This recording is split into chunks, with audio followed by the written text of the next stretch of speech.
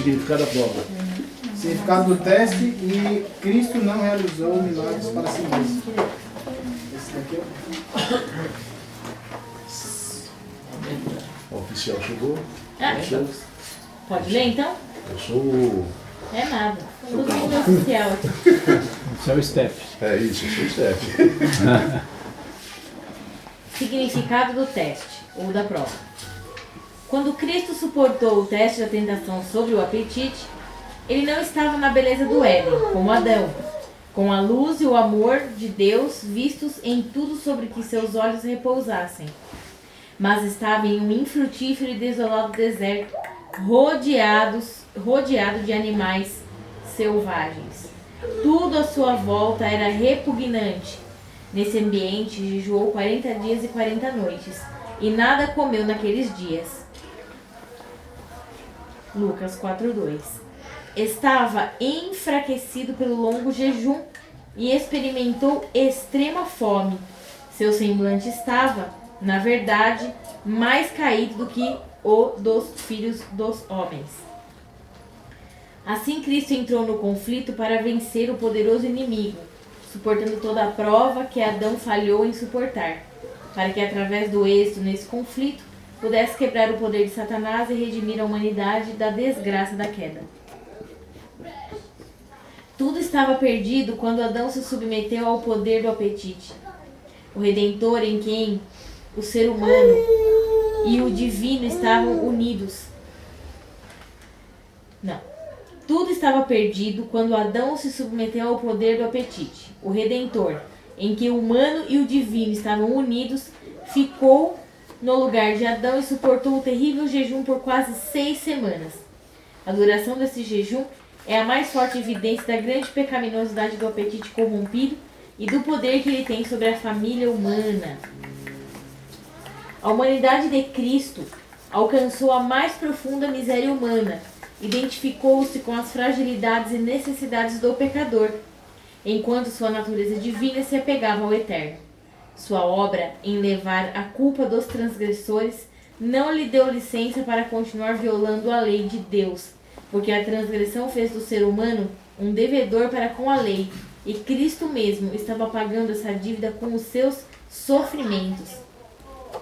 As provas e sofrimentos de Cristo visavam a impressionar o ser humano com o senso do seu grande pecado em quebrar a lei de Deus, e levá-lo ao arrependimento e à obediência à lei, e, através da obediência, torná-lo aceitável a Deus. Ele imputaria sua justiça ao ser humano, e assim aumentaria seu valor moral perante Deus, para que os seus esforços a fim de guardar a lei divina pudessem ser aceitos. O trabalho de Cristo consistia em reconciliar a humanidade com Deus, através de sua natureza humana, e Deus com ela através de sua natureza divina. Então, logo começou o longo jejum de Cristo, Satanás estava a postos com suas tentações. Ele foi a Cristo disfarçado em luz, afirmando ser um dos anjos do trono de Deus, enviado com uma missão de misericórdia, a fim de compadecer-se dele e aliviá-lo de sua condição de sofrimento. Tentava fazer Cristo acreditar que Deus não exigia dele que experimentasse a abnegação e o sofrimento que antecipavam, que tinha sido enviado do céu para trazer-lhe a mensagem de que Deus pretendia somente testar sua disposição em suportar. Satanás disse a Cristo que ele devia pôr os pés no caminho ensanguentado, mas não devia andar por ele, como fizera Abraão, quando provado a fim de mostrar sua perfeita obediência. Ele ainda mencionou que era o anjo que segurou a mão de Abraão quando o cutelo foi levantado para matar Isaque, e que agora veio para salvar-lhe a vida, que não era necessário que ele suportasse a dor dessa fome e morte por inanição, que ele o ajudaria a suportar o trabalho no plano da salvação. O Filho de Deus afastou-se de todas essas tentações ardilosas e permaneceu em seu propósito de levar avante em detalhes no espírito e na forma. O plano que tinha sido delineado para a redenção da humanidade caída. Mas Satanás tinha diferentes maneiras de tentações, preparadas para enganar Cristo e obter vantagem sobre ele. Se falhasse em uma tentação, tentaria outra. Pensava que seria bem sucedido porque Cristo tinha humilhado a si mesmo como homem. Ele se vangloriava de seu suposto caráter como sendo de um anjo celestial e que não seria descoberto. Simulou duvidar da divindade de Cristo, porque sua aparência estava enfraquecida e achava-se em ambiente desfavorável. Cristo sabia que ao tomar a natureza humana, não seria igual aos anjos do céu na aparência.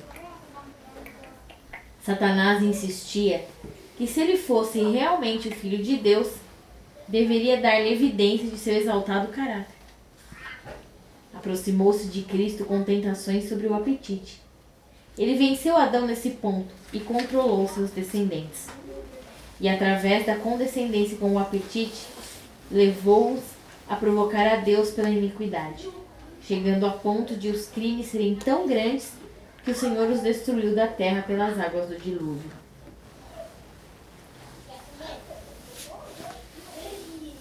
Sob as tentações diretas de Satanás, os filhos de Israel deixaram que o apetite controlasse a razão. E pela condescendência, foram levados a cometer pecados graves que atraíram sobre eles a ira de Deus e caíram no deserto. Pensava que poderia com êxito vencer a Cristo com as mesmas tentações. Satanás disse a Cristo que um dos exaltados anjos fora exilado na terra e que sua aparência indicava que, em vez de ser o rei do céu, ele era o anjo caído. Isso explicaria sua aparência abatida e aflita. Nossa, ele queria fazer com que Cristo pensasse que ele era Satanás. Que coisa, né? Não, olha, Cristo não realizou milagres para si mesmo. Satanás chamou a atenção de Cristo para sua aparência atrativa, vestido de luz e forte em poder. Afirmava ser o mensageiro direto do trono do céu. Declarava que tinha o direito de exigir de Cristo evidências de ser ele o Filho de Deus. Satanás estava decidido a descrer, se possível, das palavras que foram dirigidas do céu ao Filho de Deus por ocasião de seu batismo. Determinou vencer a Cristo e, se possível, construir o próprio reino e proteger sua vida. A primeira tentação que Satanás trouxe sobre Cristo referia-se ao apetite. Nesse ponto, tinha domínio quase completo sobre o mundo, sendo suas tentações adaptadas às circunstâncias e ambientes de Cristo, de tal maneira que eram quase insuportáveis. Cristo poderia ter realizado um milagre em seu benefício, mas isso não estaria de acordo com o plano da salvação. Os muitos milagres na vida de Cristo demonstram seu poder de operar milagres em benefício da humanidade sofredora. Por um milagre de misericórdia, ele alimentou de uma só vez 5.000, com 5 pães e 2 peixinhos. Portanto, ele tinha poder para fazer milagres e saciar a própria fome. Satanás orgulhava-se de que poderia levar Cristo a duvidar das palavras faladas do céu, por ocasião do seu batismo. Se ele pudesse tentá-lo a questionar o fato de ser o Filho de Deus, e a duvidar da verdade das palavras faladas por seu pai, ganharia uma grande vitória. Encontrou Cristo no deserto, sem companheiros, sem alimento e sofrendo. O ambiente era bastante melancólico e detestável. Satanás sugeriu a Cristo que Deus não deixaria seu filho nessa condição de necessidade e sofrimento. Esperava abalar a confiança de Cristo em seu pai, o qual havia permitido que ele chegasse a essa condição de extremo sofrimento no deserto, onde ninguém havia pisado antes. Satanás ansiava poder insinuar dúvidas quanto ao amor do pai pelo filho. Encontrando abrigo na mente de Cristo sob a força do desespero e da fome extrema, ele exerceria o poder miraculoso em seu próprio favor, libertando-se das mãos do Pai Celestial. E isso realmente era uma tentação para Cristo. Mas ele não a acalentou sequer por um momento. Não duvidou por um instante sequer do amor do Pai Celestial, ainda que enfraquecido por inexprimível angústia. As tentações de Satanás, embora preparadas com muita habilidade, não abalaram a integridade do querido Filho de Deus. Sua confiança repousava em seu Pai e não seria abalada. Amém. Então aqui está escrito o que mesmo? As últimas que eu li aqui. Isso realmente era uma tentação para Cristo. Porque ele podia transformar pedras em pães. É como o Mauro falou outro dia aqui para nós aqui. Jesus, ele foi aquele, o Mauro falou assim, já pensou? Alguém está estrupando o seu filho e você tem uma arma carregada na sua mão? É como Cristo. Cristo tinha essa arma carregada, mas ele não usou. Ele tinha o poder para transformar a pedra em pão, mas ele não transformou. Por isso que foi uma tentação. Ele podia transformar a pedra em pão e ele podia saciar a fome dele. Né? Mas como fala aqui, isso não era plano, né, de Deus. Entendeu? Se ele fizesse isso, entendeu? Ele estaria obedecendo o que Satanás estaria mandando. Então, conforme diz lá para Cristo, quando ele estava lá na cruz lá, se o Senhor é o Filho de Deus, desce daí. Desce daí. Ele tinha poder para descer? Tinha. Então, quer dizer, a tentação foi grande. Por quê? Porque ele tinha poder e não podia usar em seu benefício. Né? Então, por isso que fala aí, isso realmente era uma tentação para Cristo. Entendeu? Ele tinha o poder para transformar a pedra em pão e não... Imagina na hora que ele estava sendo açoitado.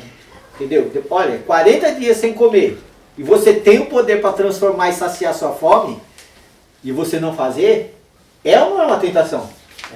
Ele como exemplo, se ele usasse para ele como exemplo, ele ia ter que dar poder para nós também, fazer isso para nós, pro nosso bem próprio também. Se ele fizesse isso, além disso, se Jesus fizesse isso, ele colocaria em dúvida a fé e a comunhão que ele tinha em Deus.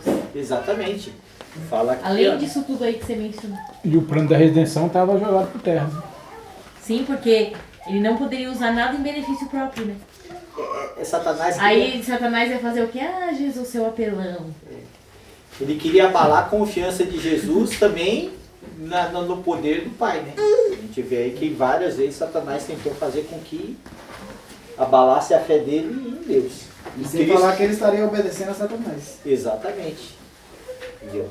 Você vê que as tentações foi grande ali para Cristo ali. Sim. Tendo poder, mas não podendo usar.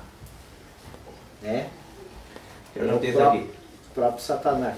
Pode falar. Solta a bomba. Capítulo 13. 13, qual que é o chumito 3? Capítulo? No começo, meio, fim. Significado.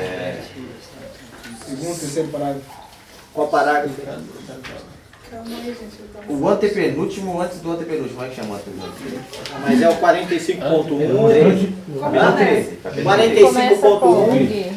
Satanás disse a Cristo. Em Gui. É o segundo o primeiro parágrafo da página 34. 45.2. 34? Tá aí, no seu. É 47. Ah, tá, esse mesmo.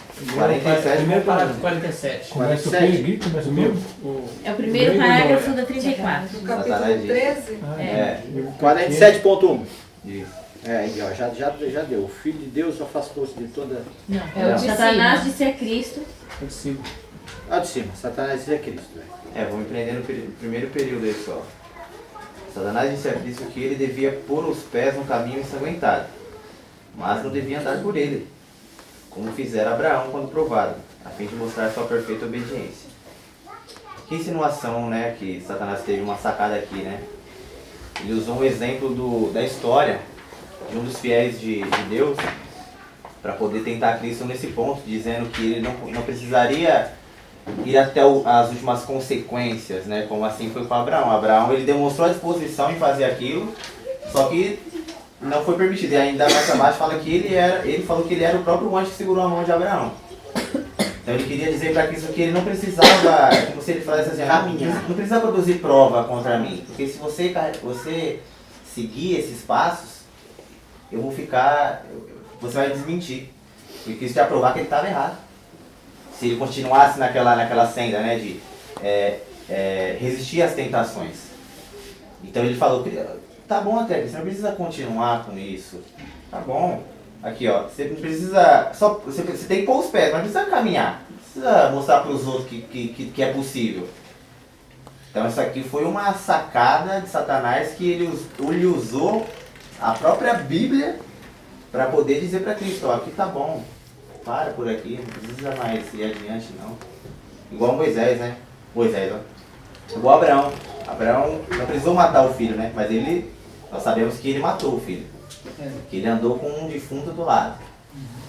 E na mente dele ele já tinha decidido matar. Ele só não executou porque assim Deus ele viu que não era necessário. A fidelidade dele foi provada. Então ele estava querendo usar esse argumento para que Cristo não continuasse com o ministério, não continuasse com a como é que fala? O plano da salvação. Com o plano da salvação. Cristo viria aqui caminhar e palmilhar realmente como um homem, como nós. Ele ia palmilhar aqui o caminho aqui. Nos deixar exemplo para a gente seguir os passos dele. Satanás não queria que ele fizesse isso. Né? Quer dizer, você não precisa fazer isso. Você não precisa caminhar no caminho. Né? Então Jesus ele veio aqui nos mostrar o caminho. Por isso que esse Cristo é o nosso maior exemplo. Exemplo de todo mundo. Né? Se nós seguirmos a Cristo, nós vamos caminhar e vamos alcançar a vida eterna. Por quê? Porque Cristo caminhou aqui primeiro. Cristo venceu. Então por isso que Cristo venceu, nós podemos vencer. Cristo viveu aqui, ele venceu as tentações, ele venceu o pecado, ele venceu o diabo, ele venceu o mundo. Então isso mostra que nós podemos vencer o pecado, nós podemos vencer a tentação, nós podemos vencer o mundo, nós podemos vencer o diabo. A Bíblia fala, resistir ao diabo, ele fugirá de vós. Quando Satanás fala aqui, ó, que ele devia pôr os pés, mas não precisava andar pelo caminho, é como se ele dissesse, só fala que é para vencer, não precisa vencer. Exatamente. Cristo Só fala. Ele foi uma... Só põe o pé no caminho, não precisa andar por ele, precisa demonstrar.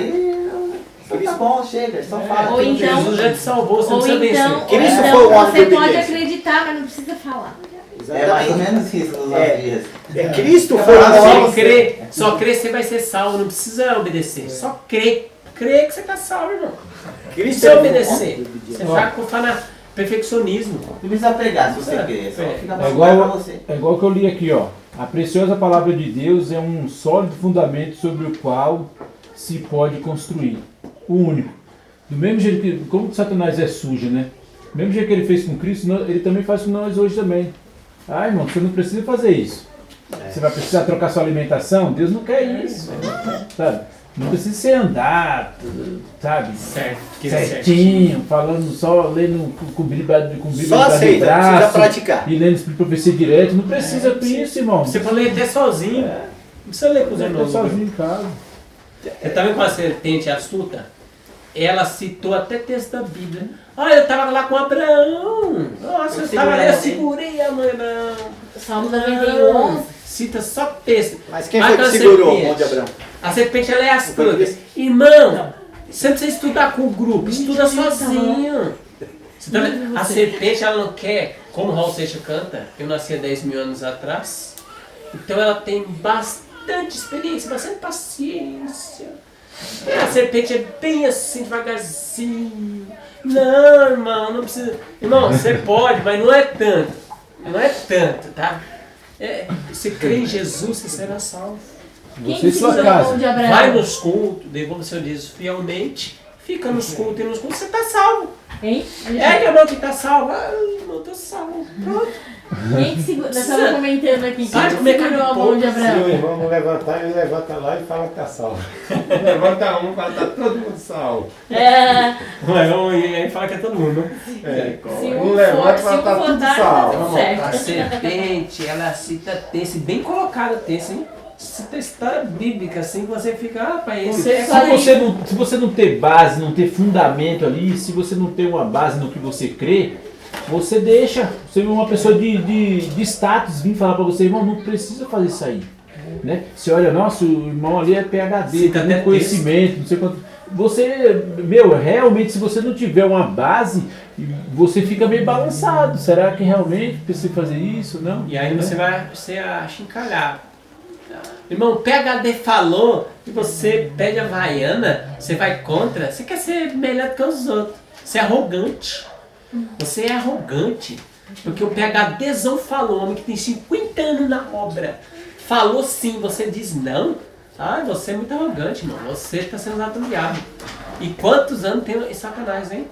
Pelo menos 10 mil anos, Raul Seixas falou. Ixi, vai mais ainda, hein? Olha que tempo que ele tem. E ele joga todas essas experiências nas nossas costas. Olha que eu conheço tudo. Sem vergonha, né? Satanás. Nós temos que dar bem.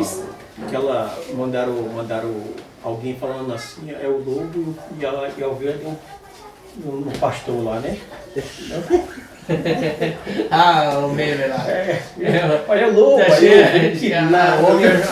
Homem. Falou o lobo no meio de vocês. Aí o próprio homem chutou o homem. Tome. Outra aí? Isso. Estão aí. Ninguém vai ler? E aí, velho? Aquela parte lá que Cristo não operou milagre para si mesmo. É importante isso aí. E aí citou novamente, como falou o Nicolas, citou novamente esses 2 capítulos, apetite. Ou isso aqui é muito importante para o ser humano, ou a irmã White era fanática. Um dos dois tem que escolher. Porque fala toda hora de apetite, meu. Toda hora de alimentação, apetite. A pessoa fica até, ela cita sempre, Adão, caiu no apetite, Adão foi apetite. Ou o negócio é bem sério pro ser humano, ou a irmã White foi bem fanaticazinha, né? Igual o Oswaldo falou, a gente tem que ter base. Qual que é a base que nós temos que ter? Está escrito. Está escrito. Não tem outra base. Se você quer andar pelo que é inspirado e ter uma base sólida, você tem que andar pelo aquilo que está escrito, não pelo aquilo que os outros falam. Entendeu? Aqui, ó. Vou ler um texto aqui no 14. O primeiro parágrafo. Cristo não realizou milagres. É o primeiro? É isso aí Satanás mesmo. chamou. Acho 48. O nosso lá, o pequeno. Ele chamou a atenção de Cristo para a sua própria aparência atrativa, vestido de luz e forte em poder. Afirmava ser um mensageiro direto do trono do céu. Assim, asseverava que tinha o direito de exigir de Cristo evidências de ser ele o Filho de Deus. Satanás estava decidido a descrer, se possível, das palavras que foram dirigidas dos céus ao Filho de Deus por ocasião do seu batismo. Determinou vencer a Cristo e, se possível, construir o seu próprio reino e assegurar sua vida. A primeira tentação que Satanás trouxe sobre Cristo referia-se ao apetite.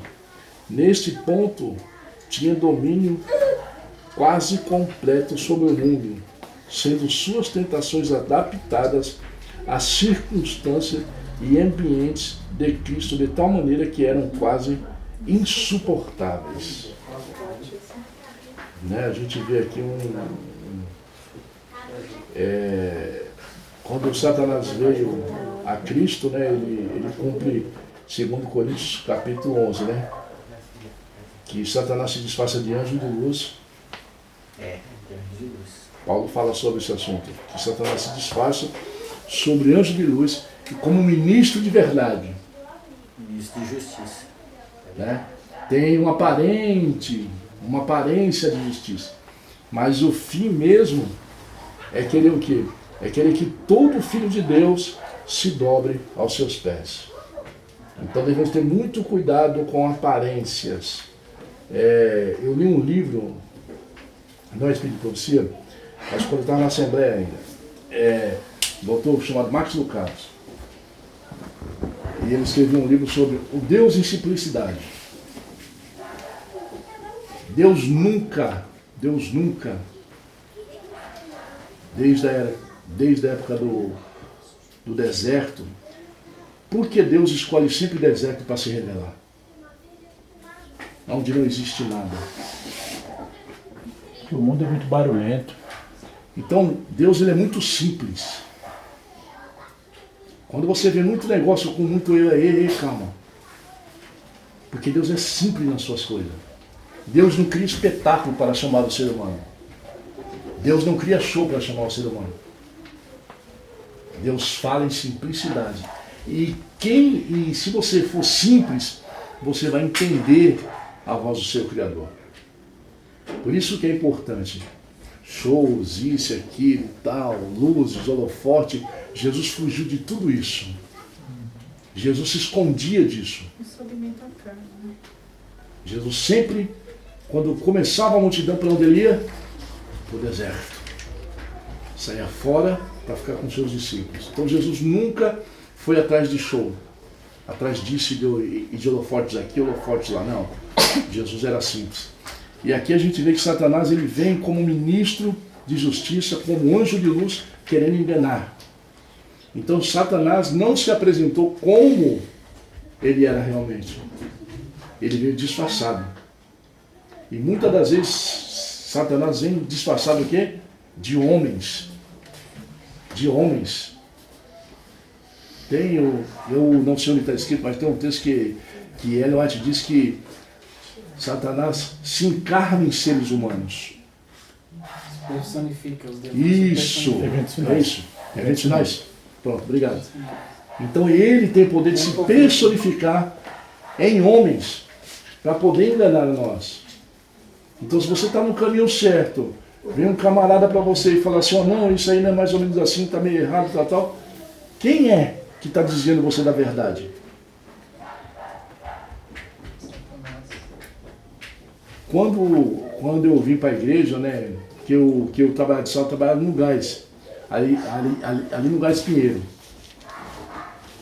Dirigi o caminhão e eu vim para a igreja e fui trabalhar ainda 2 sábados ainda, consciente que eu estava errando. Mas o que veio na minha mente? Não, mas eu sou novo. Eu estou começando agora, então eu tenho que ir devagar as coisas.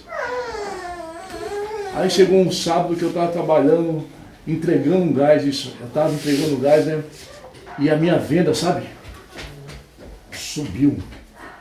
Eu vendia X por dia na semana, 30, 40 bujão, e nesse sábado eu vendi 70 e poucos bujão. Então a comissão foi... Aí veio, né, pô, Deus está me abençoando. Olha só, você vê o negócio? Não. Deus está me abençoando. Mas veio. Mas aí... Quem estava te abençoando mesmo? Era Satanás.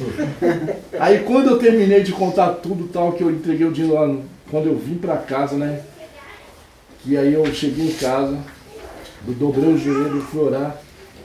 Aí abri a Bíblia assim, sabe? Por abrir 10 mandamentos. Eu falei, agora já sei por quê. Aí na segunda-feira eu fui lá. Eu nem falei pra minha mulher. Peguei a carteira no bolso, fui lá. Falei, ó, é o seguinte, hoje eu não trabalho dia de sábado, hein? Falei, por quê, Marcão? Falei, porque eu sou adventista e a Bíblia diz isso, eu não trabalho mais. Se você quiser, eu trabalho 1 hora a mais aí, eu trabalho. Se você quiser que eu trabalhe no domingo, mas sabe, Marcão, trabalhar 1 hora a mais não dá. Trabalhar no domingo não dá. Mandar você embora também não dá. Falei, então a gente resolve agora. Tá aqui a carteira, pode dar baixo. Na hora. Meu, aí eu fui para a igreja no sábado, eu não tinha ido na igreja no sábado. Que culto maravilhoso, que coisa que você pede. Então, muitas das vezes a gente acha que bênçãos, Satanás ele tem poder de mexer no nosso ego. O que o homem quer? O homem natural. Prosperidade. Prosperar. O homem natural ele quer isso. E Satanás dá isso. Porque na terceira tentação ele não falou, tudo aqui é meu. Se você se prostrar e me adorar, mas quem vai adorar Satanás consciente? Me explique. Ninguém adora Satanás consciente. E ele não quer saber disso também não, se você está consciente ou não. Então, mas humanamente falando, você vai adorar Satanás? Não vai, de maneira nenhuma. Mas então, mas como a gente adora? É não obedecendo a palavra de Deus. Não obedecendo está escrito. A gente não obedecendo a palavra de Deus, a gente se torna um adorador de Satanás. Inconscientemente, muitas das vezes. E muitas das vezes, conscientemente. Então esse é o grande perigo nosso. De conhecermos uma verdade e não andarmos por ela. Porque se conhecemos, eu até falei ontem, lá no Mauro. Antes eu pensava que eu conhecia. Antes, na Assembleia de Deus eu pensava que eu conhecia. Agora eu tenho certeza que eu não conhecia. Agora, se perguntarem para mim, valeu a pena conhecer? Sim, valeu a pena conhecer. Mas se eu tivesse a oportunidade lá atrás de não conhecer, eu não teria conhecido. Não teria conhecido o quê? A verdade. A verdade. Porque a responsabilidade é muito grande. Porque a verdade me implícita eu andar nela. Ainda bem que você pensa assim. É. Tem gente que Ela não me pensa implícita. Eu andar nela. Tem que assim. andar. Amém por isso. Temos que andar. Louvado Eu seja tenho que Deus. andar nela. Está escrito, assim Então, diz o Senhor. Quanto mais eu... Por isso que Deus ele nos leva a estudar. Porque quanto mais nós estudamos, mais ficamos enraigados. Por isso que tem gente que não vem do pequeno grupo. Mais cercados. Tem Então- gente que não lê o espírito de profecia porque pensa assim. Eu pensava assim. Não quer saber. Não quer, Mas já era, né? não quer Quando andar. o Laércio me Essa. falou do inseto que era pra... Cochonilha. Eu também não gostei, porque Cochonilha. agora eu aprendi, eu não posso deixar, eu vou recusar. Eu sei que Deus não quer que a gente come inseto, eu vou lá comer inseto porque tá esmagadinho lá pra dar cor no alimento. Cochonilha.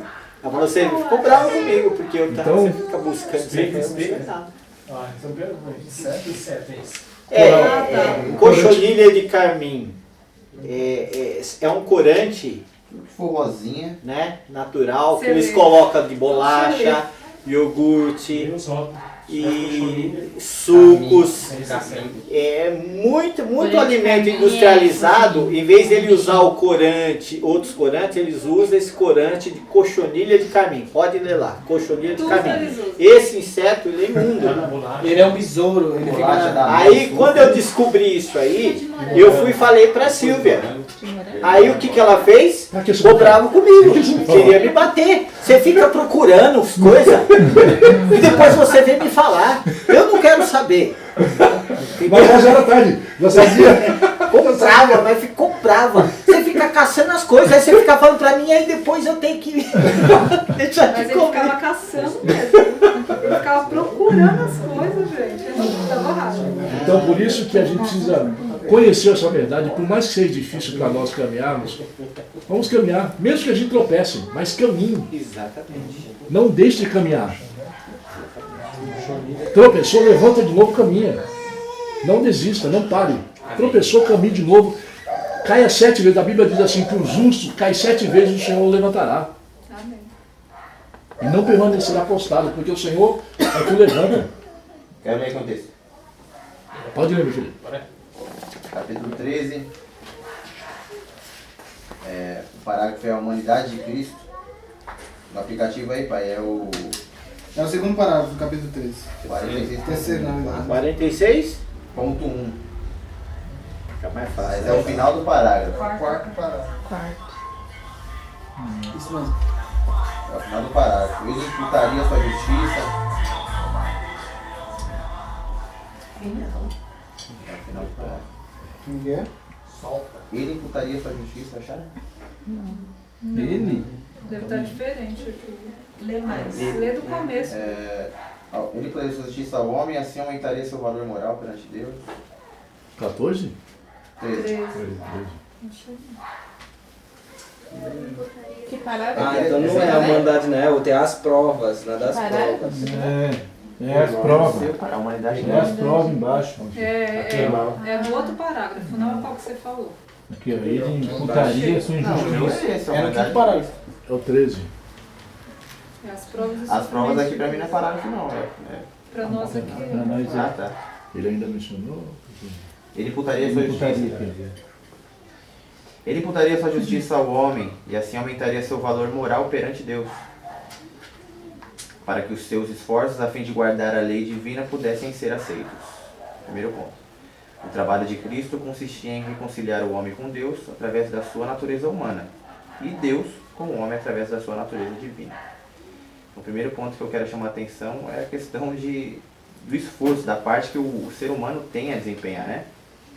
Aqui quando fala ele imputaria a sua justiça, falando que Cristo imputaria a justiça ao homem, aumentando o valor moral do ser humano. A humanidade.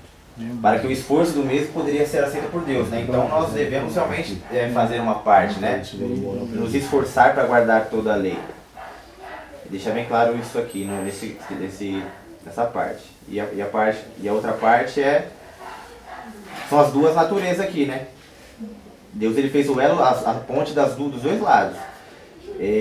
Fala que a natureza humana dele ligou o homem com Deus e a natureza divina dele ligou a Deus com o homem. Então ele fez as duas pontes, né? Sabendo nós que Cristo tinha uma natureza, era 100% divino e 100% humano, cada uma das naturezas tomou papel nesse processo, né? A divina ligando de Deus ao homem e a humana ligando o homem a Deus. Então era uma coisa que foi feita em conjunto, não foi só de um lado não. Por isso que o homem, quando ele participa da natureza divina, se ele está na natureza divina, ele não peca. Em outro texto, Ellen White fala que o esforço humano, combinado com o poder divino, se torna onipotente. Dá licença, irmão. Boa noite. Boa noite. Boa noite. Se torna onipotente. Por isso que Deus condenou o pecado aonde? A carne. Na carne. Entendeu? Ele... O que você falou, né? Eu falei, tem um texto de Ellen White que ela fala que o esforço humano, combinado com o poder divino, se torna onipotente. Impotente. Entendeu? Por isso que a gente tem que andar, nós somos gerados de novo pela palavra de Deus numa natureza divina. Essa natureza divina, sendo gerada, ela dá força para a gente resistir ao poder de Satanás. O problema é que nós somos inconstantes e muitas vezes se a gente se alimenta a nossa natureza carnal e a gente cai. O ser humano cai. Então, se a gente alimentar a natureza divina, que ela é gerada pela palavra de Deus, porque está formando um novo ser humano, como fala, é um novo nascimento. Entendeu? É um novo nascimento, está gerando uma outra pessoa divina, a semelhança com Deus. Então aí a gente tem o seguinte, uma luta, no começo existe uma luta, ou essa natureza, ela continua carnal, continua com a gente. Se a gente vacilar, ela toma o controle da situação. Entendeu? Por isso que a gente tem constantemente matar essa natureza carnal, né? Não alimentar ela, e a gente sabe o que pode alimentar a natureza carnal. São comidas estimulantes, são as coisas, né, que é para carne, as diversões mundanas, tudo isso alimenta a natureza carnal, né? As pessoas assistem filmes, aí o que acontece se assistir um filme? Você alimenta a natureza carnal, entendeu? Música também, quando você ouve música do mundo, você está alimentando. Aí você não compreende por que você não consegue vencer, entendeu? Porque você está alimentando a natureza carnal. A natureza divina é gerada, você tem que alimentar essa natureza divina. Alimentando essa natureza divina, nós temos paz com Deus. Nós temos essa comunhão com Deus. Quanto mais a gente buscar as coisas espirituais, a oração, a comunhão com pessoas espirituais, o estudo da palavra, o estudo do Espírito de profecia, mais nós vamos nos tornar fortes espiritualmente e vamos crescer a estatura, vamos estar crescendo a estatura com Cristo. E é aí que a gente tem que compreender essa questão da natureza divina, né? Da natureza carnal e da natureza divina. Tem um texto interessante de Ellen White, do Deserto das Nações, falando com respeito da natureza, a nova criatura e tal. Ela comentando o versículo 17 de 2 Coríntios 5, né? Fala que, portanto, se alguém está em Cristo, é nova criatura, né? E ela diz o seguinte, ó, desejar, página 111, parágrafo 4. A vida cristã não é uma modificação ou melhoramento da antiga. Mas é uma transformação da natureza. A gente passa a ser o quê? Participantes da natureza divina. Essa é a transformação, é o novo nascimento, né? É conversão. Essa é a verdadeira conversão, né? Inclusive ele até falou com Nicodemo, né? É necessário nascer de novo. Você estava dizendo isso, você tem que ser participante agora da natureza divina, né? Para a pessoa Que a gente entender, né? começa a ser, a gente quando vem começa a ser participante da natureza divina, a partir do momento que a gente começa a se converter através do batismo, né? Que a gente recebe o Espírito Santo diariamente, né? O selamento ele é diariamente, é todos os dias, não é um ato assim isolado que vai acontecer um dia, que vai vir um anjo e vai selar todo mundo. O selamento é todo dia, tá lá no Deuteronômio. Batismo do Espírito É Santo. o batismo do Espírito Santo todos os dias. Batismo do Espírito Santo. Exatamente. Quero ler outro texto aqui, irmãos. Ainda no versículo, no capítulo 13. Acima do que eu li, como de vocês tem um parágrafo, né? 2 parágrafos acima. Parágrafo do tudo estava perdido. 13? Acima do que eu Isso, é o li. segundo parágrafo nosso. Terceiro, aliás. 2 parágrafos acima. Tudo estava perdido quando Adão se submeteu ao poder do apetite. O Redentor, em quem o humano e o divino estavam unidos, ficou no lugar de Adão e suportou o terrível jejum, por quase 6 semanas. A duração deste jejum é a mais forte evidência da grande pecaminosidade do aviltado apetite e do poder que ele tem sobre a família humana. Então, mais uma vez, né, falando sobre as duas naturezas aqui, Redentor, em quem o humano e o divino estavam unidos. E embaixo aqui fala sobre a duração do jejum. Então, se nós olharmos assim essa situação, essa história e pensar, nossa, é bastante 40 dias, né? É muita coisa, é quase impossível, eu diria. Ainda fala que Moisés, ele ficou grandes dias também. Ficou 40 dias, né? 40 dias. É que a gente leu, ela não falou 40 dias, ela falou que também ficou uma quantidade grande, só que ele não foi Mas na Bíblia é 40 dias, ele ficou 40 dias no monte lá sem Sim, descer. mas ele não foi tentado, porque ele Não. não apareceu com tentações. Lá ele Sim. estava com Lá comunhão. estava sobre a glória de Deus. Estava em comunhão lá. Aqui fala que está sobre a glória de E aí nós nos perguntamos, nossa, é bastante coisa 40 dias, é quase impossível. E é proporcional o poder que o apetite tem. Ou seja, nós achamos muito, é muito também o poder que o apetite tem sobre nós. Porque é proporcional. A duração deste jejum é a mais forte evidência da grande pecaminosidade, do aviltado apetite e do poder que ele tem sobre a família humana. Então uma coisa é proporcional a outra. Nós achamos muito, quase impossível. Então é quase impossível, mas é possível. Nós sermos vencedores sobre o apetite.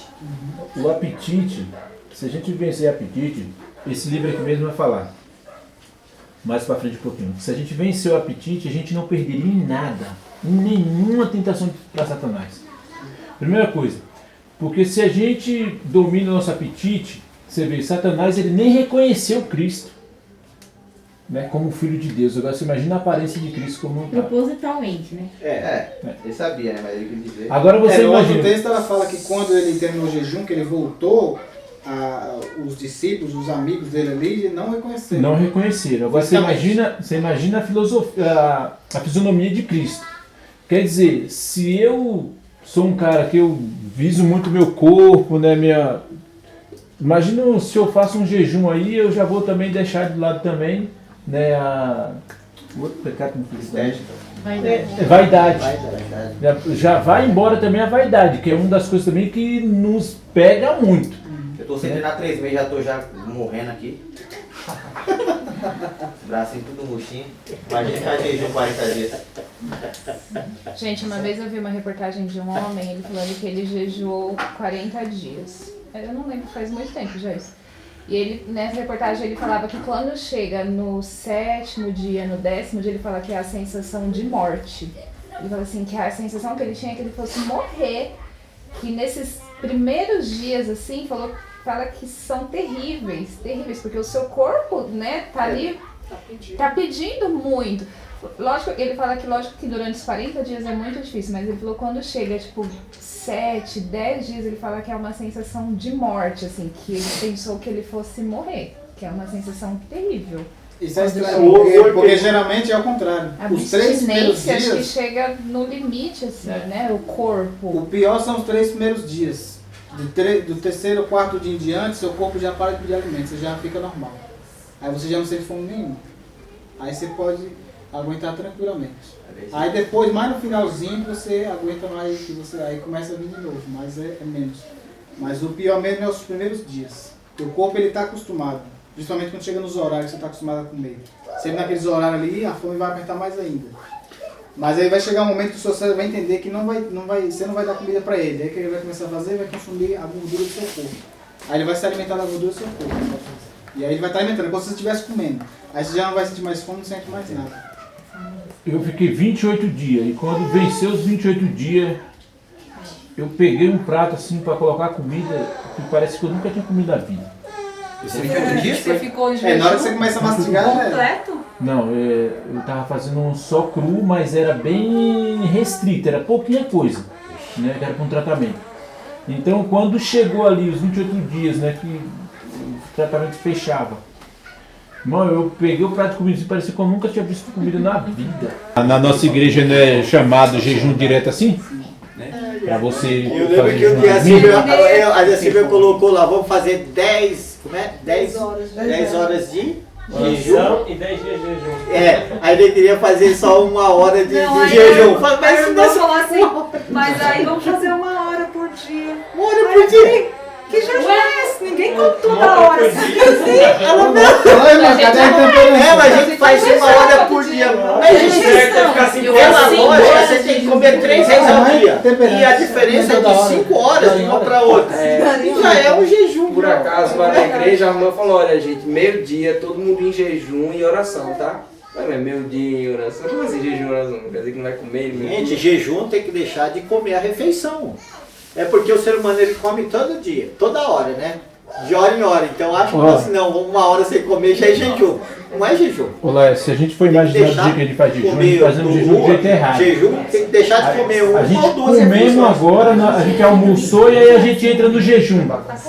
Quer dizer, se a gente comeu agora, o nosso corpo fica alimentado até a janta. Você vai começar a entrar no jejum, o seu corpo começa a pedir comida. Aí você entra no jejum. Se eu me alimentar agora e entro no jejum, gente, eu tô alimentado. Eu passo 5 horas aí alimentado.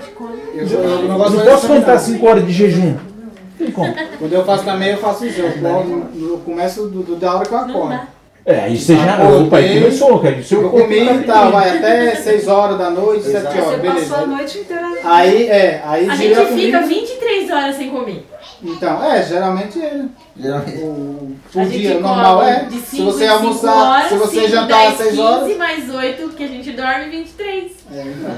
E aí a gente come 15, dá 45 minutos. Mas fala com você, pai.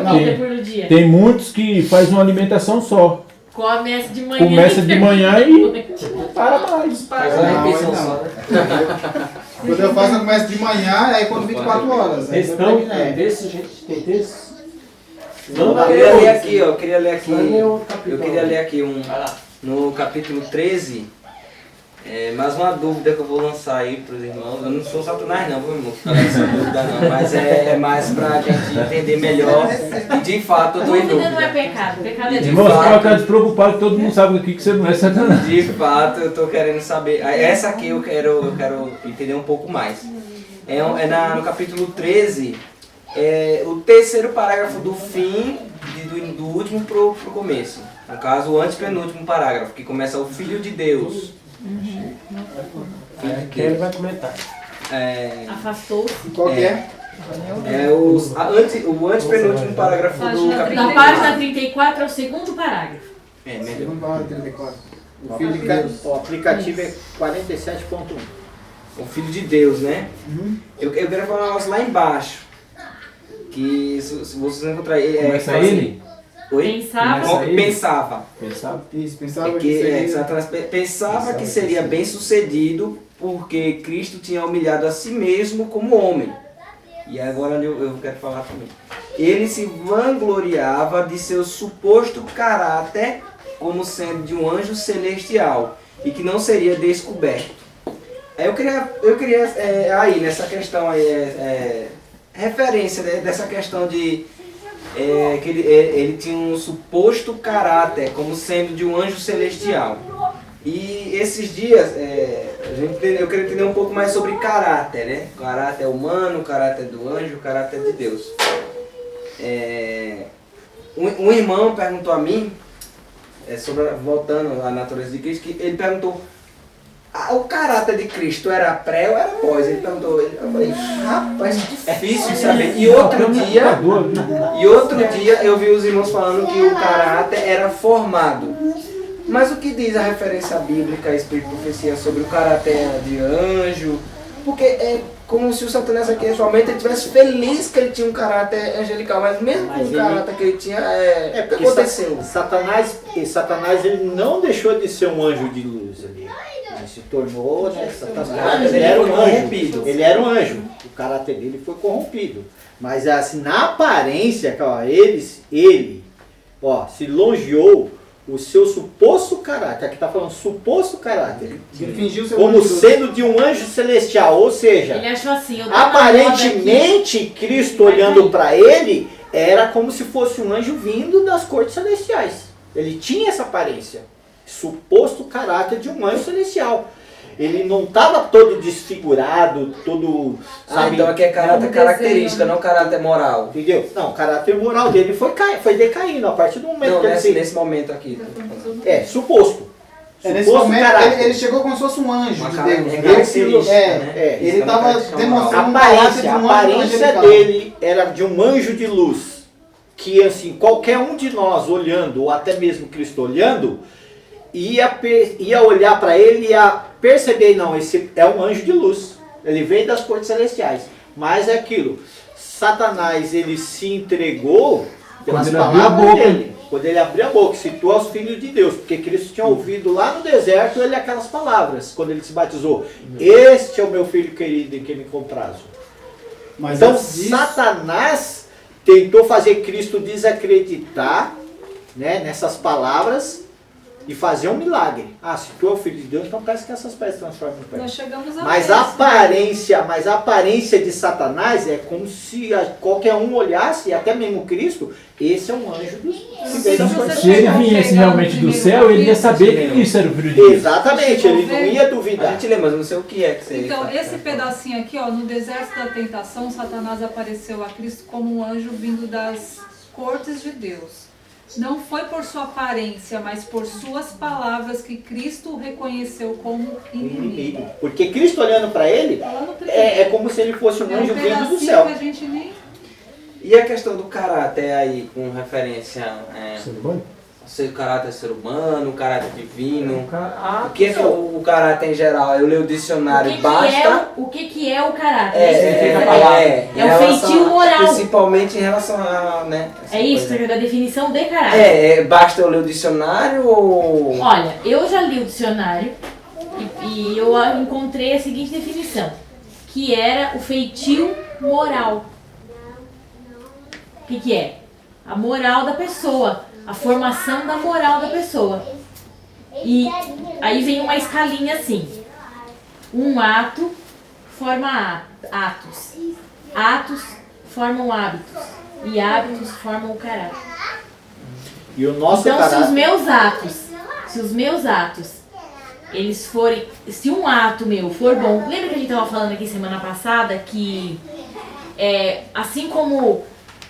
não resistir à tentação vai me tornar mais fraco para as próximas, assim como em contrapartida, resistir à tentação vai me tornar forte para as próximas que vierem. Então assim, se um ato meu de vencer um pecado, ele vai me formar os outros atos. E aí assim, consequentemente, eu vou formando bons hábitos, e os bons hábitos vão formando o meu caráter. Então por isso que a gente... tendo todos os dias decisões para o bem ou para o mal, elas vão estar formando o nosso caráter. Por isso que a gente forma o nosso caráter, nossa personalidade, a base dele quando a gente é criança, mas ao longo da vida a gente vai ou deixando ele limpo ou deteriorando ele. Pequenas raposas. Caráter é aquilo que é. Veja bem. Cristo é o nosso exemplo de caráter. O ser humano ele está destituído da glória de Deus. O que é destituído da glória de Deus? É destituído do caráter de Deus. Todo todo ser humano ele ficou destituído da glória de Deus, do caráter de Deus. Cristo aqui ele veio revelar o que? O caráter de Deus. Então existe o bom caráter e o mau caráter. Então Satanás aqui fala, ele se lisonjeou com o seu suposto caráter, né? Mostrando para Cristo que era um anjo de luz. Suposto caráter. Bom, mas ele é mau caráter. Satanás ele tem um mau caráter. E ele quer que o ser humano tenha um mau caráter. Ou seja, ele quer que todo ser humano seja destituído da glória de Deus. Afastado daquilo. Porque Deus é amor, Deus é bondade, Deus é misericórdia. Deus é tudo que tem, que o ser humano tem que ter. Cristo ele é a exemplificação do caráter de Deus. Ele veio revelar que o caráter de Deus, ou seja, para que nós tenhamos, nós não fomos feitos à imagem e semelhança de Deus? Não, nós fomos moldados à imagem e semelhança de Deus. Foi isso que o ser humano perdeu quando pecou. Nós passamos a ter uma tendência para ter o caráter igual ao de Satanás, se andarmos na carne. Uma coisa interessante também, Caráter é aquilo que a gente o irmão mencionou a respeito do caráter de Cristo, né? Porta de perro.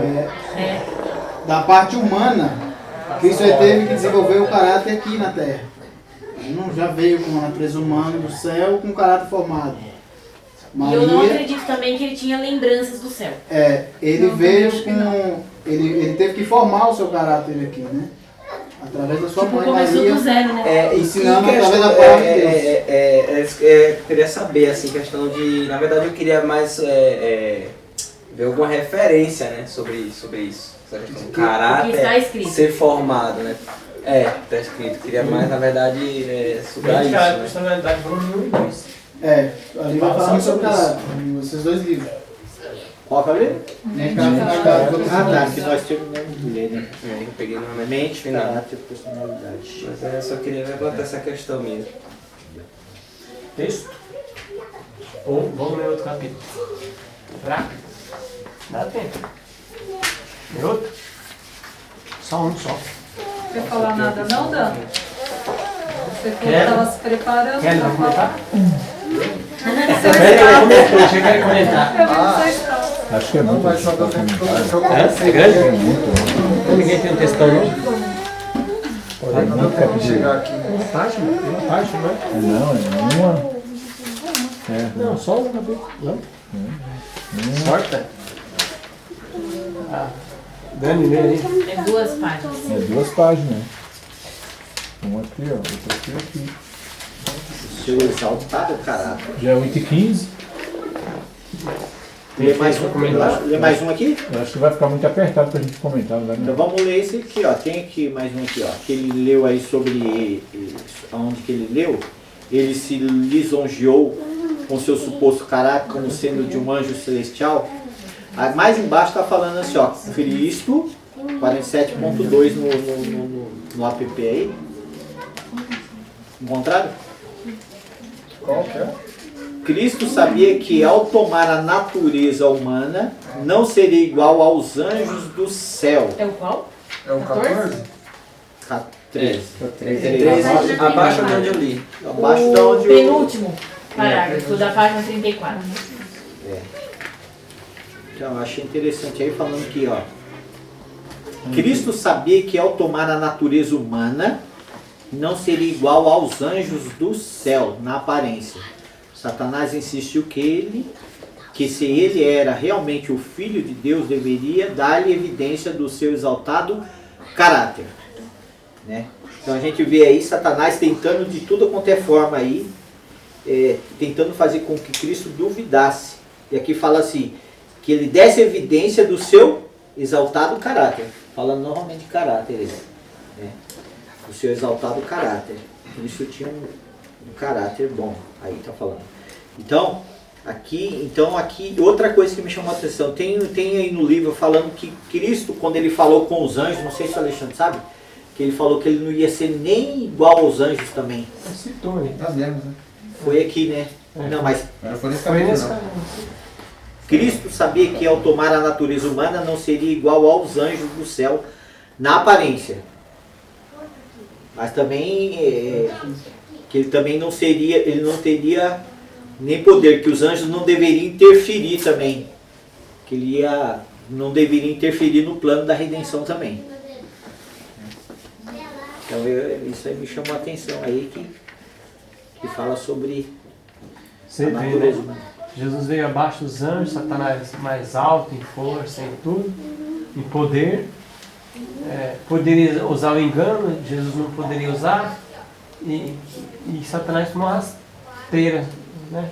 Um baixinho assim, em estatura aí, olhando para Satanás, tomou uma rasteira. Aí foi Davi e Golias, né? Como Davi e Golias. Um paralelo, né? É. Dá pra fazer. Jesus, ó, deu uma rasteira em Satanás que ele, rapaz, Ele não imaginava que ele seria mal sucedido. mas sempre Jesus venceu, não está escrito. Mas Satanás tem uma raiva dessa. Fica se tentar. Alguém falar pra você, tá escrito, não, o pessoal fica raiva de dente. Eu fiz uma experiência essa no Facebook uma vez. Tem uma pessoa que ficou brava. Satanás tá escrito, tá escrito. Essas palavras tem força, rapaz. Você tá escrito só do texto, sabe? Porque as pessoas querem argumentar nas palavras, entendeu? Brincar na conversa, mas você só citar texto, rapaz, você Eu imagino quando o bichão chegou lá no inferno, né? xingando palavrão de conta. levou uma surra. Olha, a gente vê aqui no livro que a gente está lendo aqui, tá aqui, ó. Satanás se jactanciou de que venceu Moisés, de que venceu os israelitas, de que fez isso, de que fez aquilo, de que fez isso, fez aquilo. Aí ele vai no embate, ele foi já expulso lá do céu, aí ele vai no embate com Cristo. Quando ele vir aqui, eu vou derrotá-lo. Aí quando chega aqui, ele toma uma rasteira dessa, gente. Você sabe que no meio da bagunça do mundão aí, o pessoal zoa, né? Tomou um pau, hein? Imagina os anjos falando pra Satanás. Esse foi todo tomou um pauzão, hein? Apanhou feio, hein? A zombaria e Satanás bravo. Eu acho que eles zombam uns dos outros, sim. Claro, Eles não se têm o esse mundo respeito zomba, todo por ele. Se o mundo zomba. Eu acho que os anjos maus Palavrão, não têm esse palavrão respeito nem todo por Satanás, não. Eles se acusam. Nós lemos uma certa vez, não lembra? Sim, agora? eu também lembro dessa. Que existe várias classes de anjos que eu li também, eu não sei se foi São infelizes. que eles vieram para aqui, tinha um que não queria nem ter nada com Satanás, porque eles foram expulsos, né, por causa de Satanás. Outros já se revoltaram e já tinha classe de anjos lá, do lado dele. É interessante isso aí mesmo, só que eu não lembro do livro agora. Fala que eles são eles mesmos, é a única coisa que eles se juntam para destruir o ser humano. Só nisso que eles são unidos. Aí não tem união, né? Eles não têm união. Porque eles não se unem para. Não tem mais salvação para eles, conforme Judas fala. O último parágrafo de 13 aí. Deixa eu só falar um comentário. Que foi uma dúvida que se levantou, que foi exatamente o que o Lars acabou de ler. Cristo sabia que eu tenho para mim que Cristo não tinha lembranças do céu, não tinha essas coisas. No entanto, é que vem falando que Cristo sabia. A dúvida é, Cristo sabia através da revelação dos profetas, da revelação do sobrenatural. Mas sabia o quê?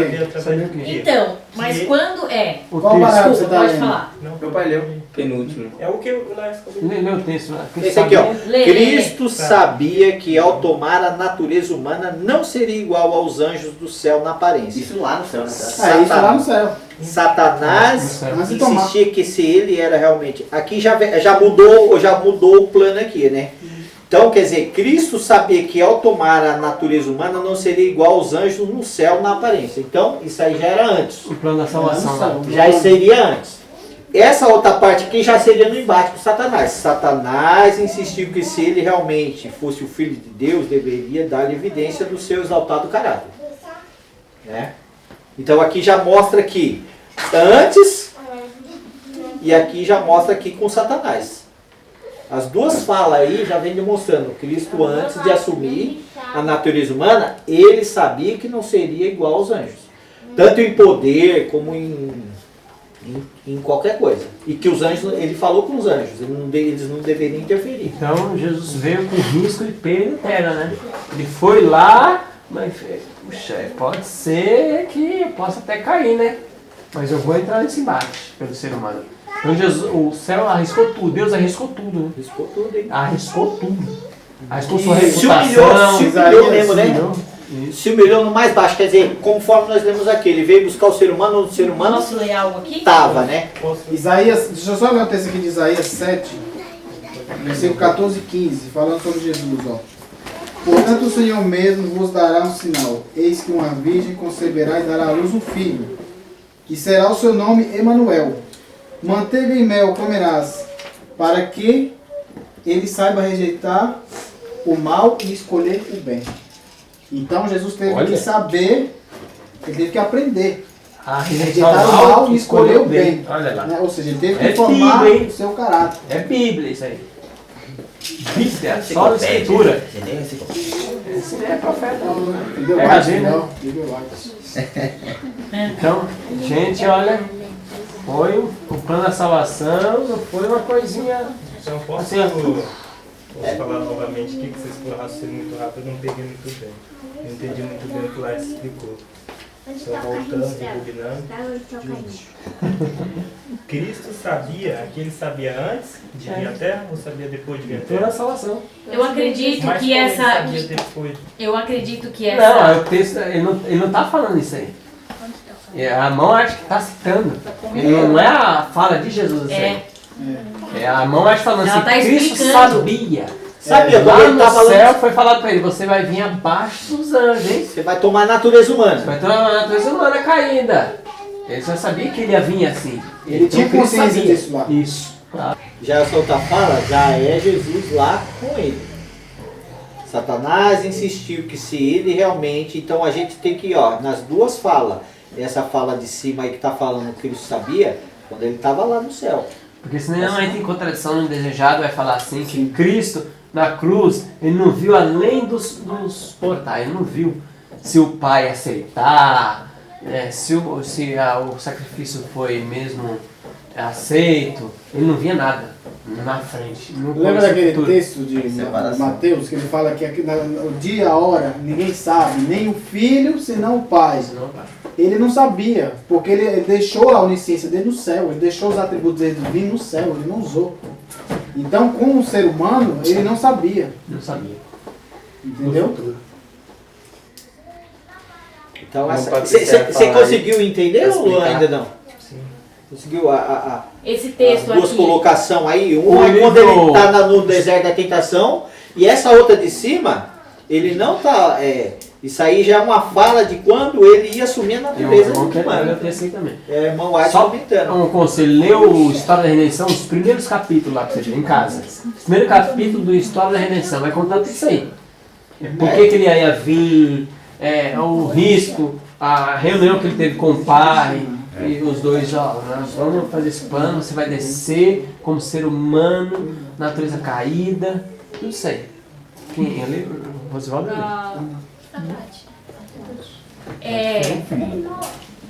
Esse texto aqui que eu vou ler é super conhecido, mas eu acho que ele responde um pouco isso aí que o Luan levantou, né?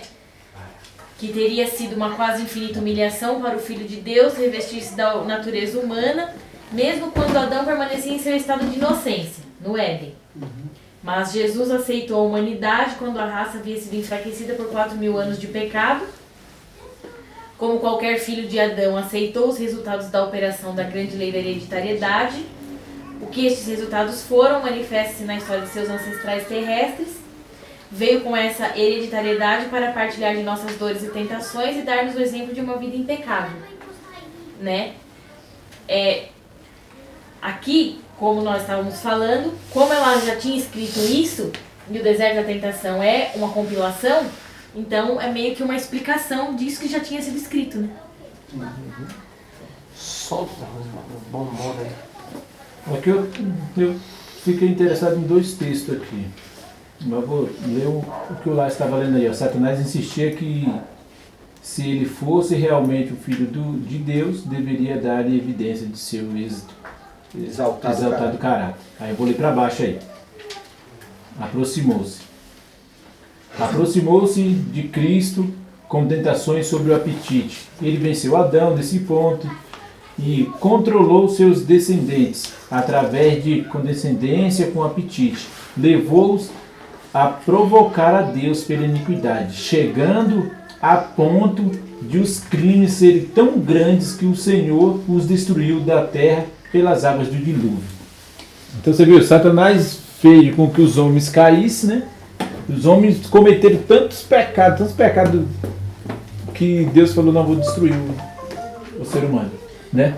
Então, a intenção de Satanás era o quê? Fazer com que Cristo caísse também do mesmo jeito para suscitar a ira de Deus contra ele. Né? Tudo começou no apetite. E ele falou, vou tentar Cristo do mesmo jeito que eu comecei com Adão lá, né? Satanás, ele é descarado, ele não muda. Você viu? Mas ele adapta adapta, mas as mesmas tentações. Você vê os 3 jovens hebreus lá também do mesmo jeito. A primeira tentação, um carro-chefe dele é o quê? Apetite. Né? E aí depois ele vai... Depois vem a presunção. A presunção. O estilo dele é o mesmo. Depois vem a adoração, né? Bajula as pessoas. Ele tenta a pessoa com a bajulação. Você, irmão, você só é você. uma benção. Só você. Você aqui pode ser o primeiro, se você quiser. Aí pode ser que ganhe você na bajulação. Você canta muito, irmão. Você prega só bem. você mesmo. Só você. Aí se você não é ganhado pela bajulação, ele te ameaça. Se você não fizer, você já sabe, né? Já sabe, né? Já avisei. É o mesmo jeito que ele fazia na Idade Média, no Coliseu Romano, na Idade Média, e hoje ele é padrão, Satanás é padrão. As tentações é sempre as mesmas. É as mesmas, não muda. Eu vou ler esse texto para baixo aqui, o texto abaixo aqui, ó. Sobre as tentações diretas de Satanás, os filhos de Israel deixaram que o apetite controlasse a razão. E pela condescendência foram levados a cometer pecados graves que atraíram sobre eles a ira de Deus. E caíram no deserto. Pensavam que poderia, como êxito, vencer a Cristo com as mesmas tentações. Satanás disse a Cristo que um dos exaltados anjos foram exilados na terra e que sua aparência indicava que, em vez de ser o rei do céu, ele era o anjo caído e que isso explicava a sua aparência abatida e aflita. Ele queria fazer Cristo duvidar das palavras de Deus lá, que ele era o Filho de Deus. Ele falou, eu acho que você não, olha a sua aparência, como que você é o Filho de Deus. Deus não vai deixar o filho dele passar isso que você está passando. Olha, entendeu? Eu queria colocar dúvida na mente de Cristo. Ele estava querendo dizer que o Satanás era Cristo. Ele falou assim, ó, você caiu do céu, você que foi expulso do céu, você não está sabendo, Deus estava querendo fazer uma confusão na mente de Cristo. Porque pensa bem, depois de 40 dias, gente, sem comer, você estava fraco, desfigurado, debilitado, aí vem alguém e fica na tua mente. Já viu aquela pessoa que fica na tua mente? Sim. Falando, às vezes você não está nem debilitado nem nada, você tem uma pessoa na tua mente, aí você já... acho que eu... A pessoa está vendo mirado, né? Quando eu falo com o Lércio, Está vendo mirado. o Lércio fala da gripe dele. Sem comer, sem beber, 40 dias. Ele citou aqui ainda, ele citou os antediluvianos e ainda citou ainda o povo no deserto. Entendeu? Que caíram, o povo caíram num pecado, pela mesma tentação e desenfreou em cometer pecado e que Deus fez o quê? Hoje será que ele mudou a tentação? Você viu o que o apetite faz? Hoje será que ele mudou? Não.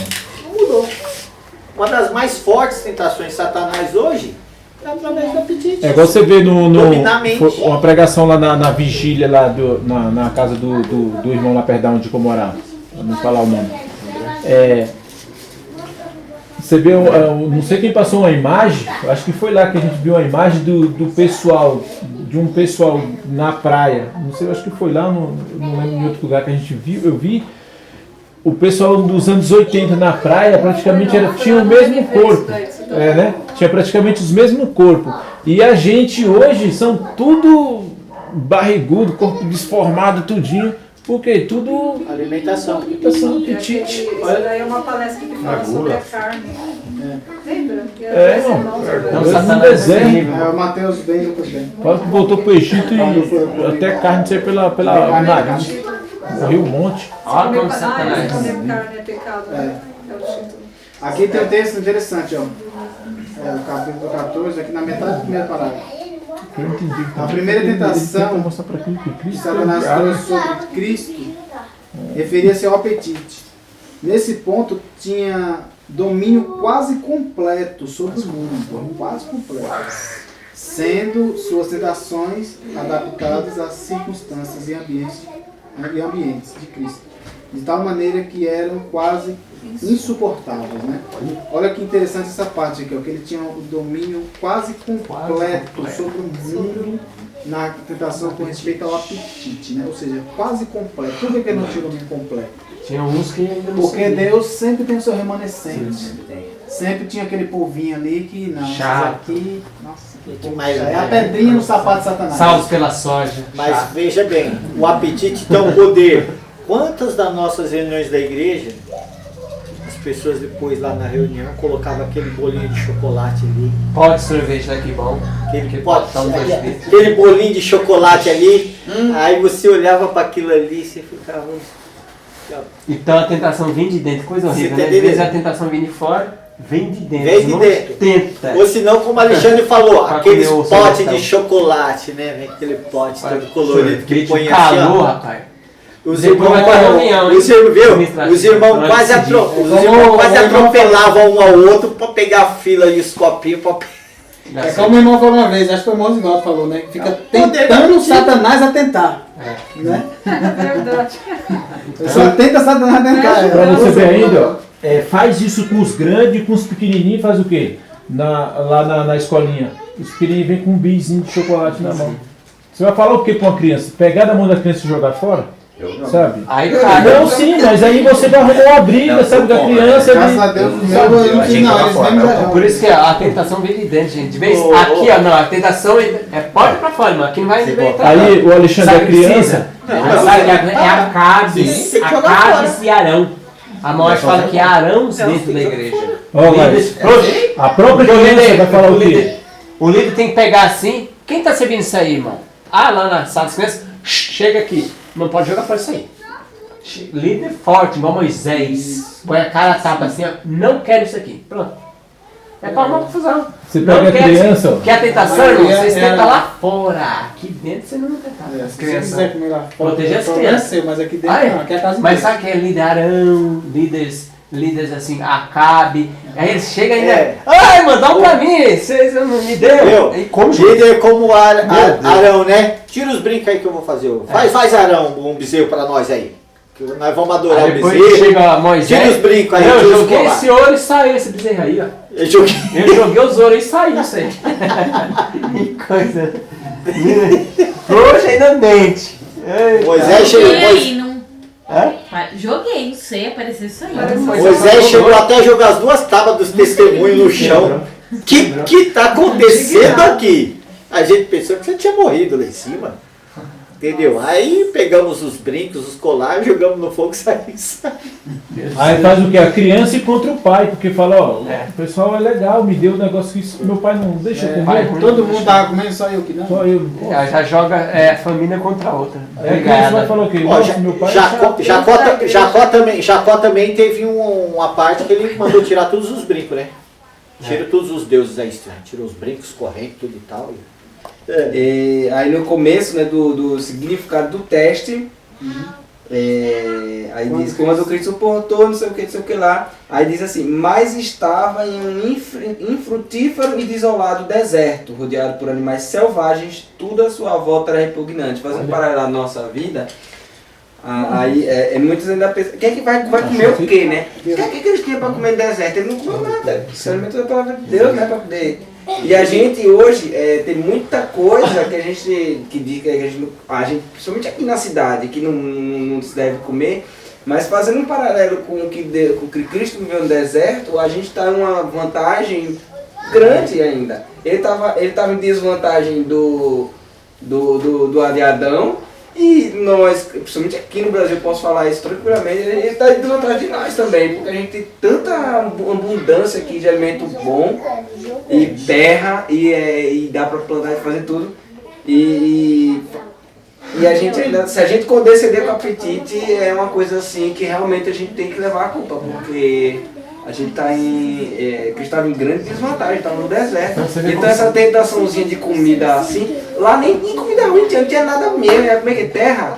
Ainda tem os animais selvagens lá. Ainda tem os animais selvagens lá. Ou seja, as pessoas que perseguem a gente, não é nada que animal, o cara não vem nem bater na nossa porta. Aqui na cidade a pessoa nem está com fome nem nada, só porque vê o outro comendo ali, vou comer também. Aí vai e come, entendeu? Você não está nem com fome nem nada. Jesus estava com fome, ele podia ter usado aquilo como desculpa. Eu falo assim, não, mas eu estou morrendo de fome, estou 40 dias aqui, acho que já, né? E era um pão, tá bom, saudável. Só um pãozinho integral. Só um pãozinho integral aqui, ó. Pãozinho saudável.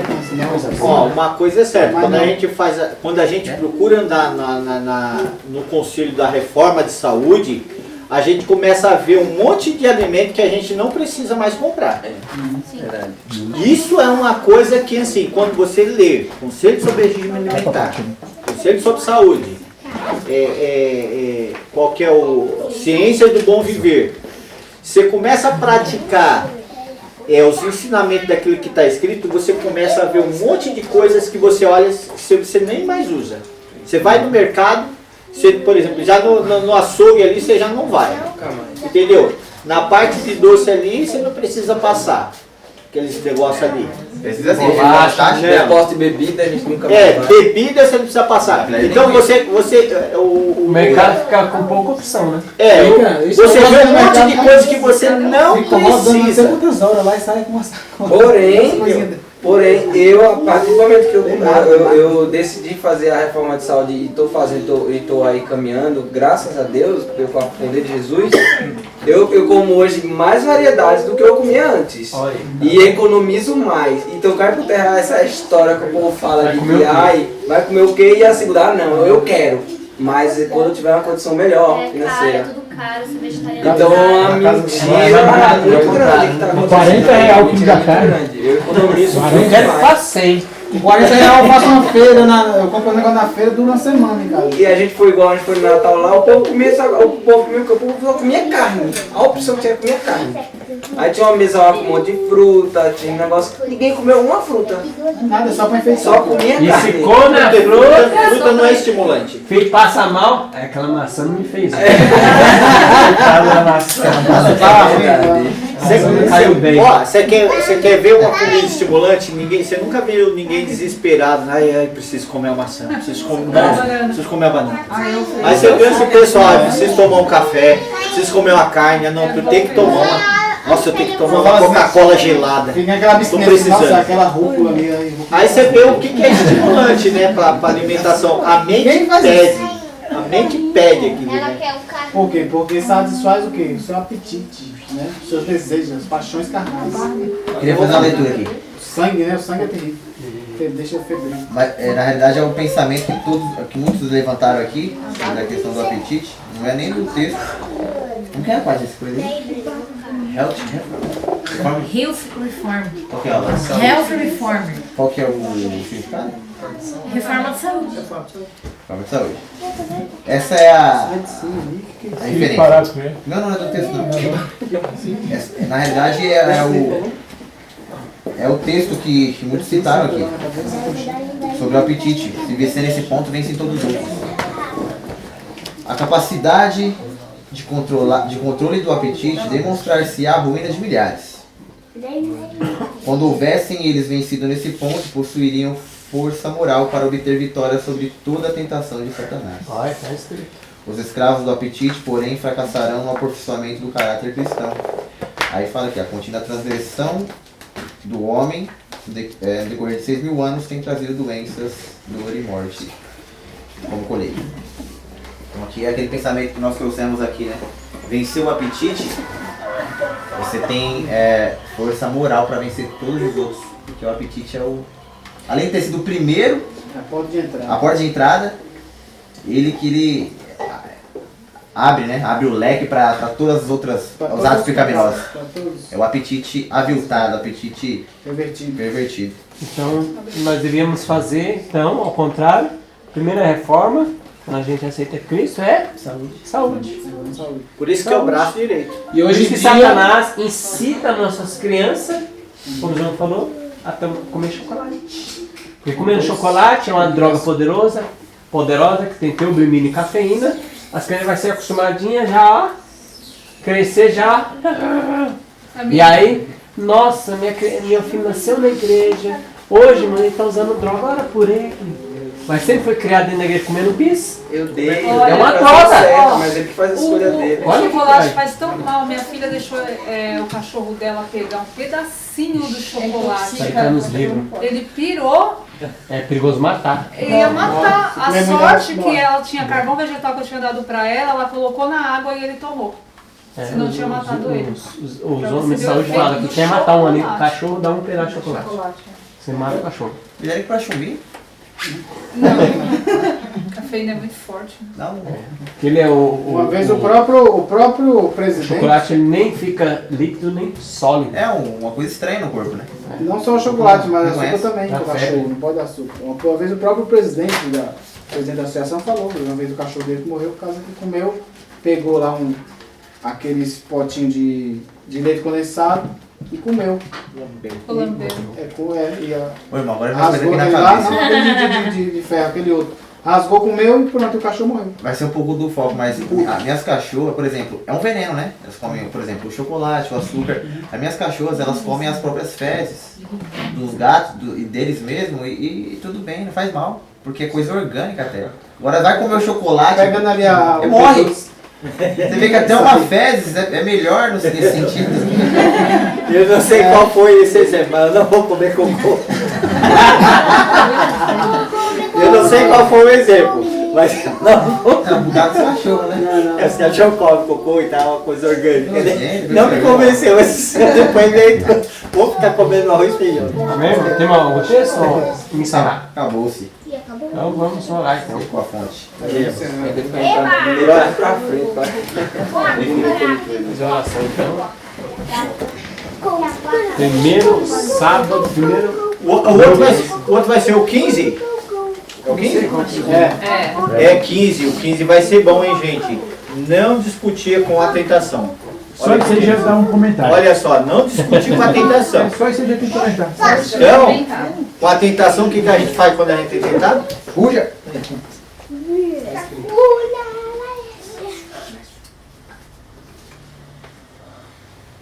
Santo Deus e eterno Pai, te somos gratos, Senhor Deus, por esses momentos que estivemos aqui, Senhor, estudando a Tua Palavra, através do estudo do que Cristo passou aqui quando esteve no deserto da tentação.